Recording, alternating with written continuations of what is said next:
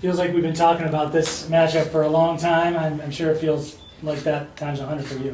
Yeah. Are you sick of talking about Danny Sabatello, or is this gotten to be fun leading into this? I've been having fun the whole time, you know. I just feel like this is gonna be the funnest part, you know. Or no, I feel like most competitive part.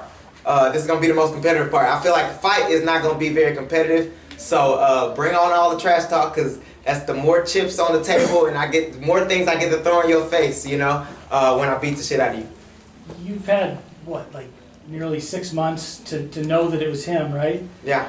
Obviously, you're not going to do a 6-month actual training camp. Right. He's probably been in your mind one way or another. Yeah. Every day since he won his last fight. So, yeah. Have you been in a situation like that before, and have you gotten comfortable with it?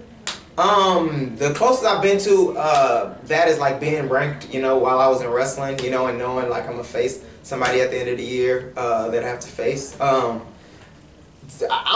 pretty cool with it, you know. I just go about it like any other camp. Like, yeah, I gotta fight him at the end of the year, but this camp is still gonna be like an 8 to 9 weight camp, and you know, I'll prepare just like always. You know, I'll do all the extra things that I've always done. I'm 18-1 for a reason. I've stood up to almost every challenge that's been presented to me, you know, and passed it with flying colors. So I don't think this will be any different. One of the things that he's like to say, he said it to us today, he said it in Chicago with you a couple weeks ago, he said it prior to that, is that he thinks he's in your head. Yeah. If he's not, does that work to your advantage to let him keep thinking that he's up there? Yeah, I think it does. I think it works to my advantage because he must not understand my head and like how I think, you know. I feel like I can turn on my viciousness, you know, turn it off and on, and I am like ready and willing, you know, to put myself in a position to be very vicious this fight. As far as like my day to day, I got a lot of stuff going on, man. I got 2 kids at home, you know. I got a wife, I got like family and stuff, you know. So I don't feel like he's in my head as much as he thinks it is, but if he thinks I am, maybe I'm in his head, and you know, he don't got a lot to think about. He say he go to sleep and think about me, so I'm sure I'm definitely in his head. I asked him this too, but can you give us like your Cliff Notes version of how this beef kind of started with him anyways? I mean, yeah. If it was up to you, would there be no beef with him? No, there'd definitely be beef. Before we even fought, you know, he was somebody, I just see the way he treats his people, or the way he talks about people, and I kind of see him like talking about people that don't have like, they don't have wrestling, they don't have the means to like defend themselves, you know, and he's talking crass. He talked crass about Sergio, talked crass about a lot of people in the Bellator organization or across the world, and I don't vibe with that, you know what I mean? So I'm always also been like the type of person that's if somebody's like the toughest guy in the room and they're like boasting about it, like I kind of just want to beat that guy up, you know. So I just don't like, you know, the way he carries himself in that respect. You know, the way he, you know, disrespects people, I don't like. So you mean, do you consider him like a bully? I mean, is that what I consider him, yeah. I consider him a bully to some people, you know. But you don't think that he's trying to bully you necessarily, or is he trying to bully you? Yeah, no, I think he thinks he can bully, you know. I think he thinks he can bully me, but that's like part of the allure of like fighting him. Like, oh, you don't know, I got a freaking pocket knife, or I got something, you know, for you. You know what I mean? You're not like ready for it, so. Yeah, I'm looking forward to it. Appreciate it, man. Thank you. Ralph, out of the 3 other guys left, who's the toughest puzzle to figure out? I figured, or Magomedov, opposed that I figured out, but I feel like will be a tougher opponent the second time. I think he's the toughest puzzle to figure out. And do you actually even care what type of a fight this winds up being, if it's a stand-up or if you guys... Talk about this fight between Sabatello? Yeah. Yeah, no, I don't care. I feel like I'm literally better than him everywhere. The only place he poses a threat is wrestling. And that's an edge. He probably maybe edges me in wrestling. Anywhere else, I feel like I dominate him. If we were to do a jiu-jitsu match, if we were to do a striking match, if we were to do a wrestling match, he might win by a riding point or something. He might win like very, very self. To be honest, I feel like I beat the shit out of him, but just I I like to give my opponent the benefit of the doubt. Like if I give him the benefit of the doubt, then I'll give him a point maybe. But yeah, so I feel like I'm better than him everywhere. I don't know if you're gonna really want to answer this one, but Yeah, I don't care. in training camp, who's pushed you more to become a better fighter? Rufus or Eric Nixon? I would definitely say Rufus Sport pushed me more because they were like responsible for a lot of my growth. When I came to Eric Nixon, he was like tightening up a lot of things, you know.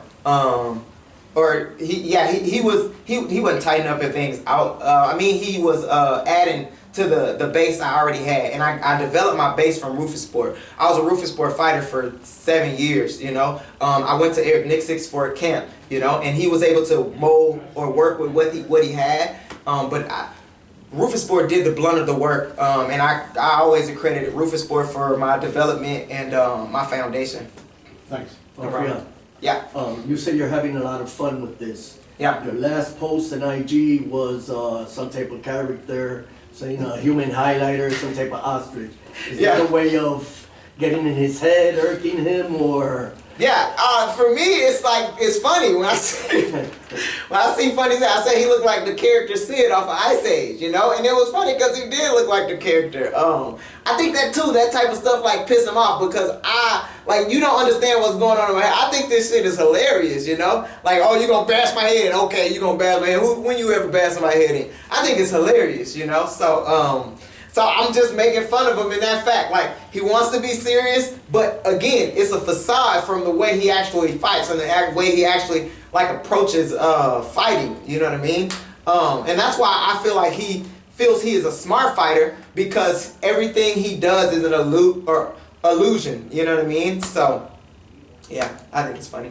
Raufeon, obviously, you guys both said that this has kind of gotten personal. Have you ever had a fight get this personal before? Not to this extent. I fought Rob Emerson once, and he said I was a young dumb kid that wasn't ready for this or something. So we had a bunch of like words back and forth, but nothing to this extent. Yeah. Yeah. I'm surprised that you kind of complimented his wrestling when you're actually the more decorated wrestler. Yeah. And Patchy and Magomed both said that like his skills aren't that good. He gets all the excitement because he's talking, that his skills are overrated. Do you agree with them? I agree with that, but okay, so I agree, and don't get me wrong, I think I beat the shit out of him wrestling. But in my head, for training purposes and for fighting purposes, I have to imagine the best version of him, right? So the best version of him could be best. It's probably, in reality, the best version of him is not better than the worst version of me. But for training purpose, I can't, you know, go into training and be thinking like, oh, this guy freaking sucks. You know, I'm never, you know what I mean? I gotta be thinking progression and how I can progress. I gotta have somebody across from me that will pose a threat. That's why I don't believe the fight will be very, very competitive. But I'm giving him the benefit of the doubt for his wrestling, the one thing he can do.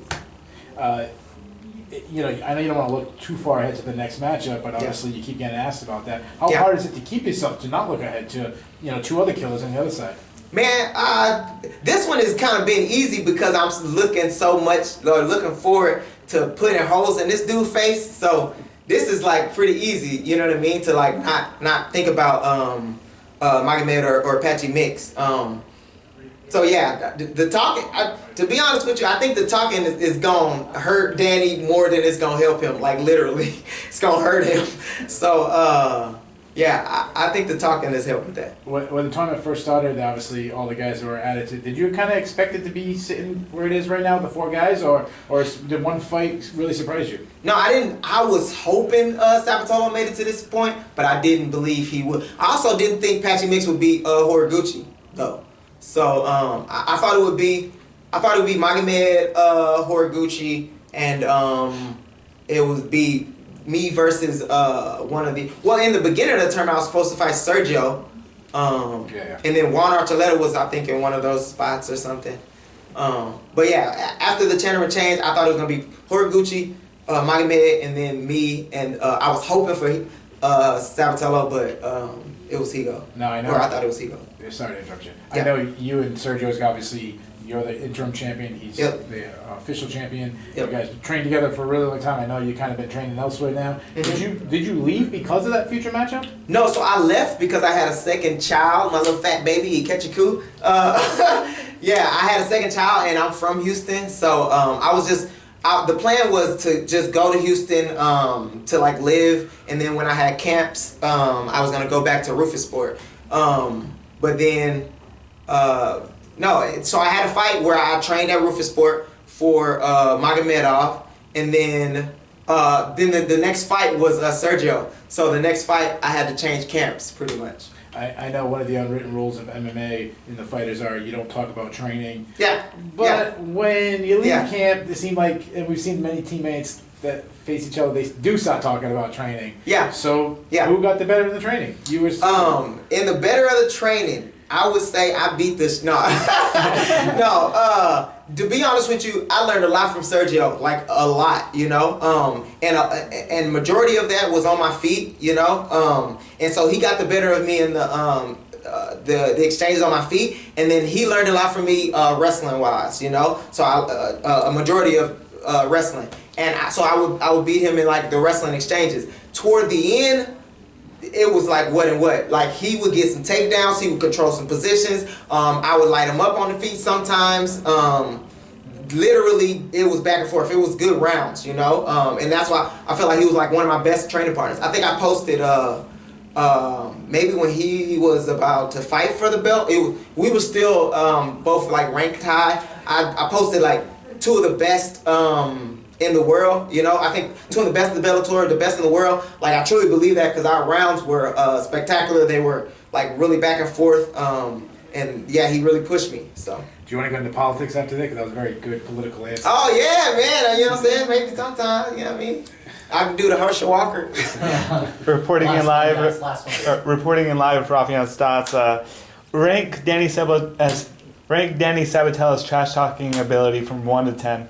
I would so. Okay, I understand that his talking ability is different from my talking ability. I'm coming at him by stuff by his chin, his Buzz Lightyear chin, his hairline head, you know what I'm saying, him looking like Sid. You know, he's coming at me with, fuck you, Raufeon's a bitch, Raufeon's a bitch, you know what I mean? So, I feel like my trash talking is more diverse, and it's more, maybe fan friendly.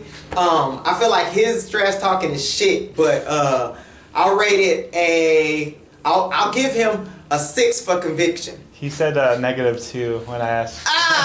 You got me. -2. I'll give him a 6 for conviction. The way he commits to doing it, I'll give him a 6, but it sucks. Alright, thanks, Raufeon. Stots, real quick. Yeah. Is Die Hard a Christmas movie? Have you seen the movie Die Hard? Yeah, Die Hard with Bruce Willis. Yeah. Is it a Christmas movie? Yeah, it's got Christmas stuff in it, right? Yeah. Yeah, they got a Santa hat in there, don't they? That's all I need to Please add